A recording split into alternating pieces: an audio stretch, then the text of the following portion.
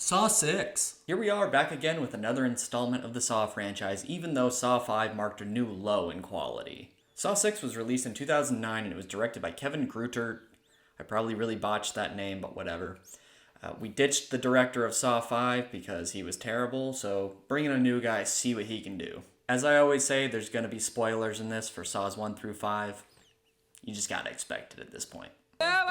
No spoilies! So the basic plot of this movie is Detective Hoffman is still trying to throw the FBI off his scent, so he's actively trying to run games as well as make sure he doesn't get caught. The B plot involves a game where a guy from Jigsaw's past is kind of being tested in levels where he moves on to the next one once he passes one. It's a little reminiscent of Saw 3, but not exactly. For starters, this movie is once again very gory for no reason whatsoever.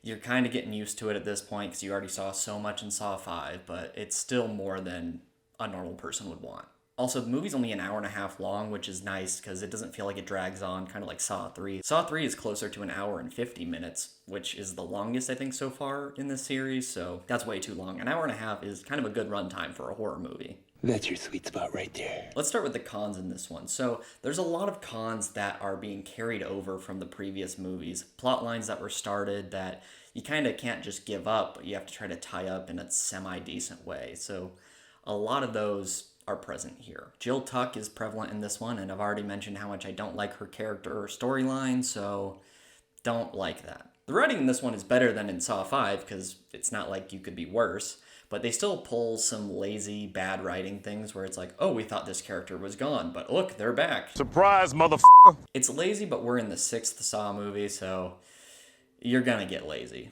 We already know that. Once again, there's a ton of unnecessary flashbacks that show how things were set up, which we don't care to know, and they show characters from past movies in those flashbacks that I didn't really care to see again. They once again try to delve even deeper into John's backstory, and really it's like, how much can we do there? His backstory is his backstory. How much more are we going to add in? The concept of time in this movie is very loose, because a lot of these traps that the guy's in during his game are timed. There'd be like a minute on the clock, and you're looking at your watch like, this has been way more than a minute, but the clock's only counted down for, 20 seconds. Things like that, where it's just like, okay, I mean, I don't care that much, but still, it's very obvious. The movie's also intentionally misleading, so it can shock you with the twist and pull the rug out from under you, which is not how you're supposed to do a twist.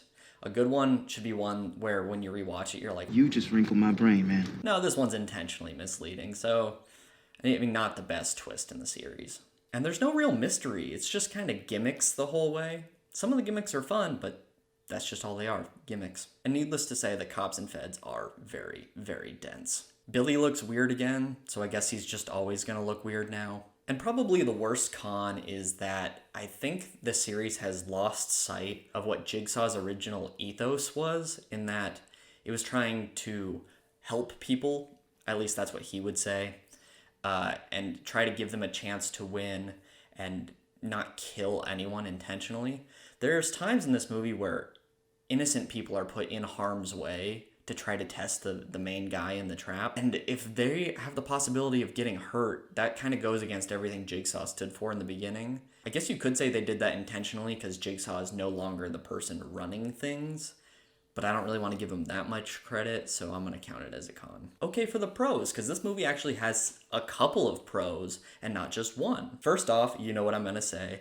Tobin Bell, great as Jigsaw. I will say no more on it. The B-plot of the game and traps is actually kind of interesting in this one. I mentioned that it was a little bit like the third one in that you would move on and walk and go through different levels of the traps. But this one was much more interesting because it moved faster. There was cooler traps within the game than in 3. And we don't have Jeff just standing around with his thumb up his butt, so that's always good. My name is Jeff. A lot like what I said about Saw 4 is the same with Saw 6 in that some of the writing isn't necessarily good, but it's interesting to watch. I feel entertained. And that's really all I'm looking for out of the 6th installment of a torture horror series.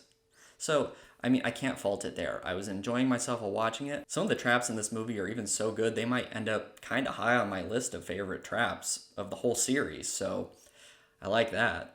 I like that. When all is said and done, this isn't a great movie, but I enjoyed my time watching it. I'm going to give it a 6 out of 10. The sixth made sense. The ending is kind of lame, but honestly, this whole movie was a breath of fresh air after Saw 5, let's be honest. Alright guys, if you could like and subscribe, I would really appreciate it, and look out for the review of Saw, the final chapter, coming soon. Live or die. The choice is yours. Thanks a lot, and I'll see you next time.